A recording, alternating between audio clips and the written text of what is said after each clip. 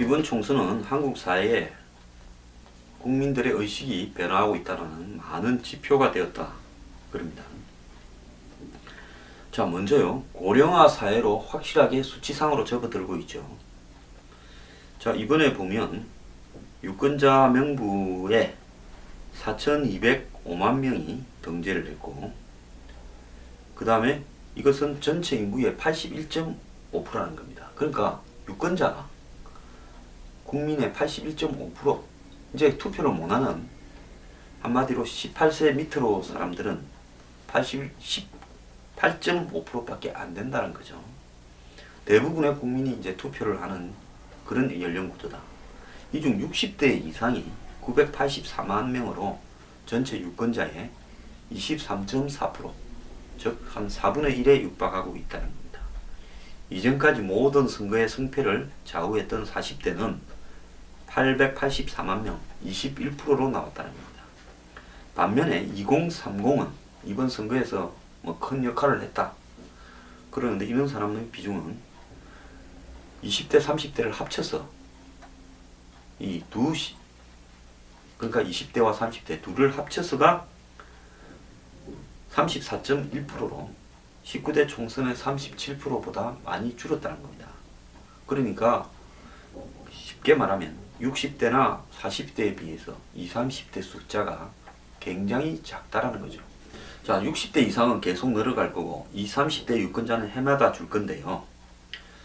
자, 그러면 고령층은 사회적 복지를 강조할 거고 돈을 못 벌고 빈곤층이 많지 않습니까?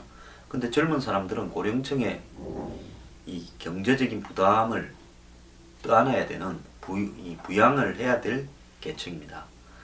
이런 이 부양층과 비부양층의 관계로서 이 20, 30대와 60대 이상의 관계는 앞으로 투표에서 매우 중요한 이 문제를 낳을 거라고 보고 있습니다. 지금 미국에서도 샌더스와 트럼프의 공약이 비슷한 것이 결국은 직장이 없는 20, 30대와 복지 축소에 반대하는 60대가 지금 공화당에서도 또 민주당에서도 트럼프하고 샌더스의 공약이 거의 비슷해지도록 만들고 있습니다. 제가 이거 한두 번 언급했는데요. 이거에 관한 기사가 있으니까 제가 나중에 따로 소개하도록 하겠습니다. 이번 총선에서도 20, 30대와 60대는 표심이 극명하게 갈렸는데 KBS 출구조사에 따르면 투표율은 20대 49.4, 30대 49.5, 50대 53.4, 40대 53.4, 50대 65, 60대 이상 70.6%인데 이 60대와 50대는 지난 총선에 비해서는 좀 낮아졌고요. 20, 30대는 지난 총선에 비해서는 투표를 많이 한 겁니다. 그래서 이번 선거에서 앵그리 영 보터, 즉 화가 난 젊은 세대의 투표가 여소 야대를 이끄는 데 큰 역할을 했다는 겁니다. 반면에 노인계층은 이번 선거에 집결하지 못했다는 거죠. 자, 지역 구도도 변화했다는 건데요. 이 총선 결과 3, 40년간 공고히 이어오던 한국 정치의 지역 구도가 완전히 재편이 되어서 대구와 부산 등에서 굉장히 변했다. 부산에서 더민주당이 5석, 대구에서 최초로 더민주당이 김부겸 의원 1석, 또 거기에다가 홍일학 이 민주당 출신 그분이 1석 해서 그것만 해도 7석이죠. 그리고 또 경남에서 3석, 그렇게 많이 변했습니다. 그리고 이 호남을 뺏기고도 수도권의 압승만으로 82석, 수도권에서만 82석을 더민주가 얻음으로써 일당이 됐습니다. 그래서 이 지역의 기반에 의존한 양당 독점이 없어져 버렸죠. 자, 새누리당이 대구에서도 참패했고 부산에서도 사실상 참패했고 곳곳에서 다 의석을 고르게 뺏겼습니다. 자, 그리고 이 야권의 주류와 호남 간의 결합도 깨어졌습니다. 더민주당이 현재 야권의 주류라면 선거 결과를 놓고 보면 더민주당이 호남에서 새누리당과 비슷한 성적을 얻었습니다. 그래서 영호남에서 모두 기존의 여야, 새누리, 더민주의 노선의 분화가 예상이 되고요.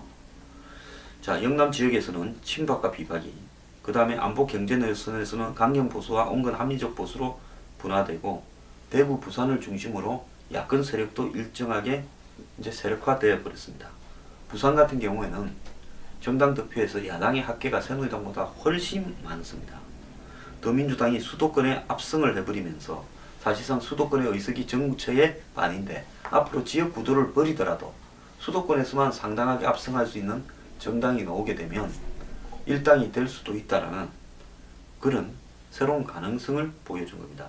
즉 도시에 거주하는 개혁 진보적 중산층을 지향하는 그런 이 정당으로서 입지가 생길 수 있다는 겁니다. 그래서 더민주는 강남에서도 지금 세 곳을 얻었죠. 자, 이념적 지형도 변화하는데요. 과거에 좌우 이념이 선거에 총선 대선에 매우 좌우 관계가 되었는데 이번에 보면 북한이 핵과 미사일 그리고 개성공단이 폐쇄되는 국면 속에서도 이 이념이 영향을 미치지 못하고 중도화 추세가 많이 드러나면서 오히려 총선 국면에 이념적 노선 투쟁이 없어져 버렸습니다. 그래서 국민의당 같이 죽도 밥도 아닌 성향을 가진 사람들이 끝으로 중도라니까 지역 정당임에도 불구하고 여기에 엄청난 정당 투표가 주어졌습니다. 자, 그리고 여당 내에 친이 비박이 국민의당과 합칠 가능성도 선거 전에 예상되고 앞으로 선거 후에도 그런 가능성은 남아있다고 봅니다. 자, 새누리당이 과반을 실패함으로써 결국 정치 지형이 중도화될 가능성도 늘어났고 지금 역대 최악의 대북 위기 상황에도 불구하고 보수 세력의 결집이 이루어지지 않고 있고 북풍이고 뭐고가 없어져 버렸고 새누리당은 이것을 선거 이슈화 하는데 아예 할 생각도 없었습니다.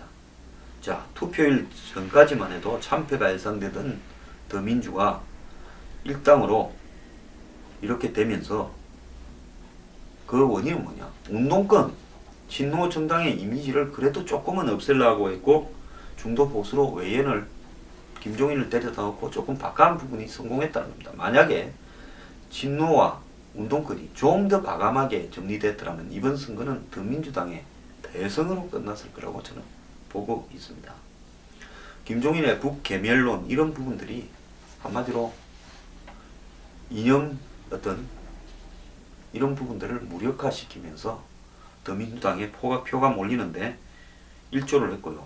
그 다음에 여당에 있던 김종인과 이상돈이 더민주와 국민의당으로 가고 야당 출신 강공길이 오고 이제 사람의 구별도 희미해져 버렸습니다. 자, 이 속에서요.